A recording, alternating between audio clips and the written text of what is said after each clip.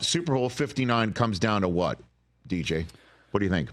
Well, I mean, it's not. I'm not going to reinvent the wheel here, but it's who can block who. I mean, I think you can look at it and say Chris Jones, and that's someone you have to deal with who's taken over these big games and these big moments.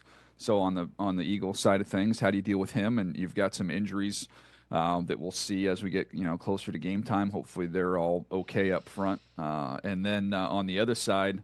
I mean, we've seen the Chiefs lose one of these games, Rich, and it was against Tampa, and they lost because they could not block them. So that to me is that's the challenge on their side of it. And the Eagles, they have waves of dudes. And that first meeting, in their first Super Bowl, where they went up against each other. Remember, we had all the discussion about the field, and the Eagles D line was slipping all over the place. That's not going to be an issue, in this one indoors. So this will be, that's where the whole thing comes down.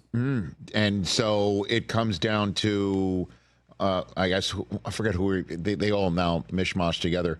If they make up the zero, oh yeah, we talked to Louis Riddick about this. If they make up the 0 sacks T-shirts for the Chiefs offensive lineman again, that's all she wrote. Is that what you're saying? Yeah. Pretty much. 100%. If they don't get to them, then they're not going to win. But I said this the other day, but when you look at it and you just stack up the rosters, I do think, Philly has a more talented team. And that's saying that the Chiefs still have a top 5 roster, but they've got a Hall of Fame quarterback and a Hall of Fame coach.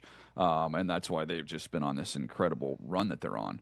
But I think if you were going to go, 1 through 53 all the way through, Philadelphia has more talent. But the sidebar there is the Niners had more talent than the Chiefs. The Eagles, the first time they met, had more talent than the Chiefs.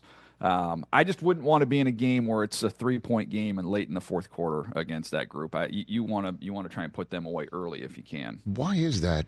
Where this team is so remarkably consistent when it comes to executing at the biggest moments in the biggest games. How does one explain it, Daniel? I give Andy a ton of credit. And it's his group that he's assembled there. But there's not a better play designer. We talk about play callers, but then there's designing the play, and there's guys who call plays, but then there's just the timing of it and knowing when to call certain plays, and the execution is flawless. And in some of them, I mean, there's not many of them, Rich, where it's like, man, he had to really squeeze that one into a tight window. Like they find ways on the biggest downs and the biggest moments to scheme guys loose and free and make it somewhat simple. So I give Andy a ton of credit for that whole process, and then Pat just seems to, and I think because of the success he's had, he just looks so confident and so comfortable in those moments. There's going to be third downs, fourth downs in this game, and it never seems to be a problem for him. When was the last time you saw in one of those big downs where they just blow a protection? When was the last time you saw even like a receiver slip or fall down? Like it's flawless execution in those key moments. Yeah, and then obviously you got someone like Mahomes who is got a remarkable 9-2 record in games in which he's been down by 7 or more points in the playoffs, and it's just he doesn't seem to blink, and he comes up in the big moments. I guess you put it all together, but the one stat or nugget that every now and then, I when I do this for the Super Bowl, I just grab onto one, and it's tough for me to stop mentioning it. It's the Chiefs' defense against top 10 rushers this year, and it's in our stat packet we got from our terrific group at NFL Network Research, that they have faced Derrick Henry, Bijan Robinson, Chuba Hubbard, and Bucky Irving this year. 2nd, 3rd, 8th, and 10th on the top 10 list. And the only one that crocked 50 yards against him was Chuba Hubbard with 58. And obviously, here comes Saquon. Well, what's the plan to keep Saquon bottled up, and maybe similarly to other top 10 backs that this defense has faced this year? Daniel? Well, I would just still say that you can stack up a list, and you talk about the 8 and 6. Saquon Barkley is in his own universe, in his own planet as a talent. Let's start there. And then he's running behind the best offensive line. So that's going to be a bigger challenge than any of those backs, and that even includes Derrick Henry that they've seen, just because Philly's offensive line is better. But they are aggressive in terms of what they do at the second level. They move, they stunt. They're not a real staticky defense where you kind of know where they are, and they're you can take, correct angles, and you can get comfortable against static defenses. They're not static at all, and Spags is moving different guys.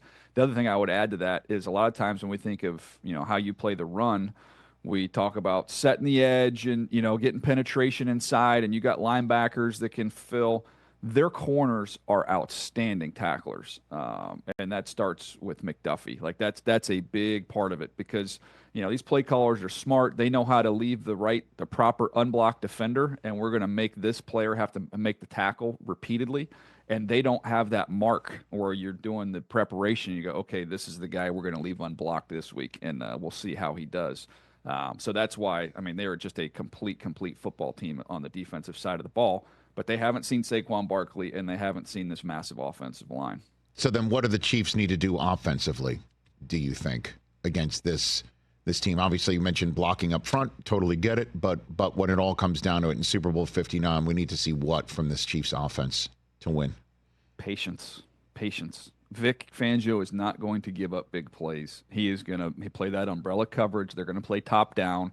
And they're going to make you have long, prolonged drives, and they're going to hope they can buckle down when you get in the red zone and force kicks. We saw it, in the Washington game where they moved the ball pretty well up and down the field, and Ertz caught 900 balls. But they did a pretty good job of keeping it in front of them and not giving up an explosive play. And that's that philosophy of defense. Eventually, we're going to tip a ball. We're gonna force a fumble. We're going to get a sack, or you're gonna make a mistake with a penalty. And the rare thing about the Chiefs, and I've seen them a lot, doing the Charger games, is most teams don't have that patience. Eventually, it becomes too much, and they want it right now, and you got to take it, and you're going to be aggressive, and you force it. They are really good at playing content football.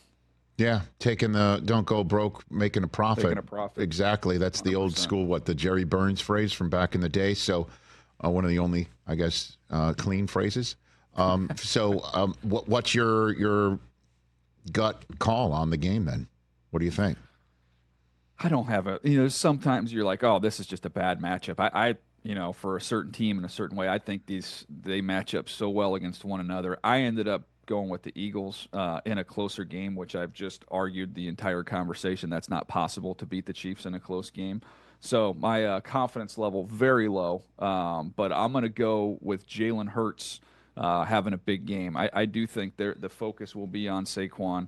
And you look up, and all of a sudden, you look at the collection of weapons. You kind of forgot about it until that Washington game, and you're like, "Oh gosh, Goddard, he's pretty good." Devontae Smith, that's tough cover one-on-one. And then with AJ, you can just throw it up, and he can go get it. They have a lot of different guys they can get to you in the passing game.